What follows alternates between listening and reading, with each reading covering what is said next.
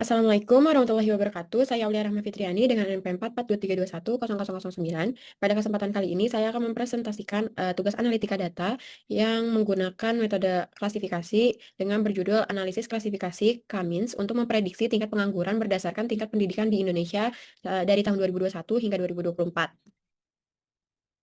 Adapun pendahuluannya, pengangguran di Indonesia masih menjadi masalah serius, terutama di kalangan usia produktif dan lulusan baru. Meskipun tingkat pendidikan meningkat, penyerapan tenaga kerja belum optimal. Data BPS dari 2021 hingga 2024 menunjukkan bahwa tingkat pengangguran dipengaruhi oleh latar belakang pendidikan. Dengan lulusan SMK sering mengalami pengangguran lebih tinggi, untuk mengidentifikasi pola tersebut, digunakan algoritma Cummins guna mengelompokkan penduduk usia kerja berdasarkan tingkat pendidikan dan status pekerjaan. Hasil klasifikasi ini diharapkan untuk membantu perumusan kebijakan ketenaga kerjaan dan pendidikan yang lebih tepat sasaran. Adapun tujuan dan identifikasi masalahnya, analisis ini bertujuan untuk mengelompokkan penduduk usia kerja berdasarkan tingkat pendidikan dan status pekerjaan menggunakan algoritma Cummins, lalu menganalisis hubungan antara pendidikan dan pengangguran selama 2021 hingga 2024, lalu mengidentifikasi kelompok pendidikan dengan tingkat pengangguran tertinggi sebagai dasar penyusunan kebijakan. Identifikasi masalahnya yaitu belum terdapat pemetaan yang jelas antara tingkat pendidikan dan pengangguran di Indonesia dari 2021 hingga 2024, serta kurangnya pemanfaat algoritma Cummins dalam analisis ini. Selain itu, minimnya data yang dapat dijadikan acuan menghambat perumusan kebijakan pendidikan dan ketenagakerjaan yang tepat sasaran.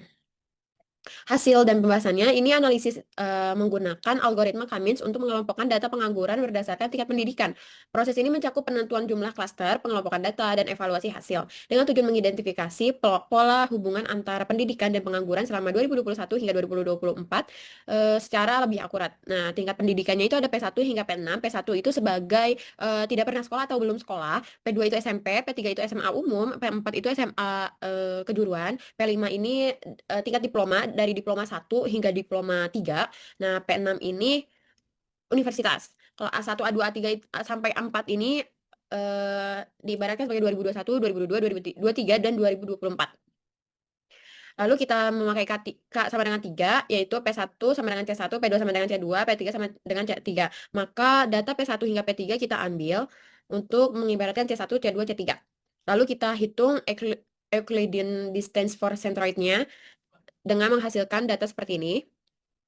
Lalu selanjutnya kita menghitung matrik D0-nya, ada C1, C2, C3, menghasilkan data seperti ini. Nah, lalu matrik G0-nya juga, yang hasilnya 0 atau tidak ada, itu kita abaikan saja. Kita highlight yang hasilnya 1, di C1 ada di P1, C2 itu ada 3, yaitu P2, P5, dan P6, C3 itu ada P3 dan P4. Jadi hasil klasterisasi selama 4 tahun menghasilkan 3 kelompok utama, berdasarkan tingkat pendidikan. Klaster C1 terdiri dari pendidikan belum atau tidak sekolah, yang didominasi oleh individu masih dalam usia sekolah. Klaster C2 mencakup pendidikan SMP, D1, D2, D3, dan universitas dengan karakter campuran antara bekerja dan menganggur, mencerminkan masa transisi ke dunia kerja. Klaster C3 meliputi pendidikan SMA umum dan kejuruan didominasi oleh individu yang telah bekerja, mencerminkan kelompok usia produktif yang aktif secara ekonomi.